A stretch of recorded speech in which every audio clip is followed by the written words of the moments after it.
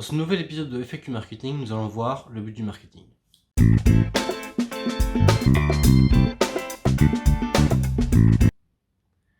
Bonjour à tous, c'est Thibaut et je fais des vidéos comme celle-ci sur le marketing de manière générale.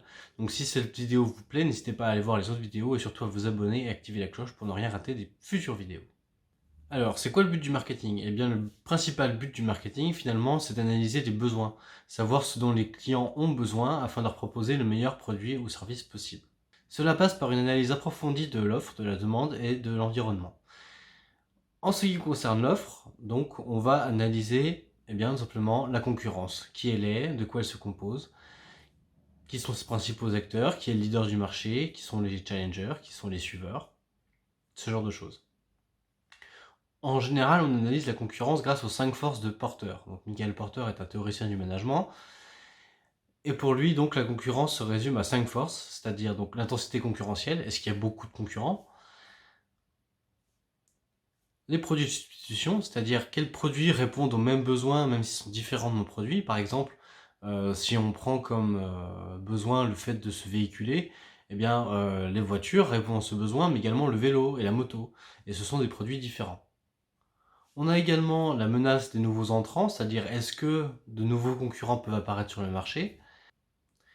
Et enfin, le pouvoir de négociation des clients et le pouvoir de négociation des fournisseurs qui vont peser dans la balance également. Donc pour savoir, est-ce que les clients peuvent négocier les prix? Est-ce que les fournisseurs peuvent négocier par exemple les quantités de produits qu'ils vont nous fournir, ce genre de choses. En ce qui concerne la demande, on va analyser la demande de deux façons différentes. Alors la demande, bien sûr, ce sont les clients. On va analyser la demande de deux façons différentes, quantitativement et qualitativement. Donc quantitativement, on va essayer de savoir un maximum de données chiffrées sur la clientèle. Savoir combien de clients ça représente, combien elle dépense chaque année, ce genre de choses. En ce qui concerne les aspects qualitatifs, on va se demander des choses qui sont plutôt du genre, est-ce que ma clientèle est majoritairement masculine ou féminine? Quel âge a-t-elle? Quelle est sa profession? Ce genre de choses. Et enfin, dernier point, le marketing sert aussi à analyser l'environnement.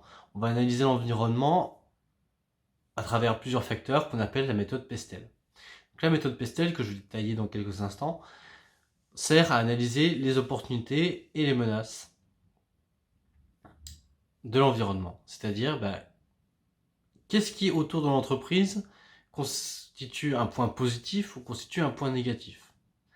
Donc la méthode Pestel, c'est un acronyme, donc pour politique, économique, socioculturelle, technologique, environnementale et légale.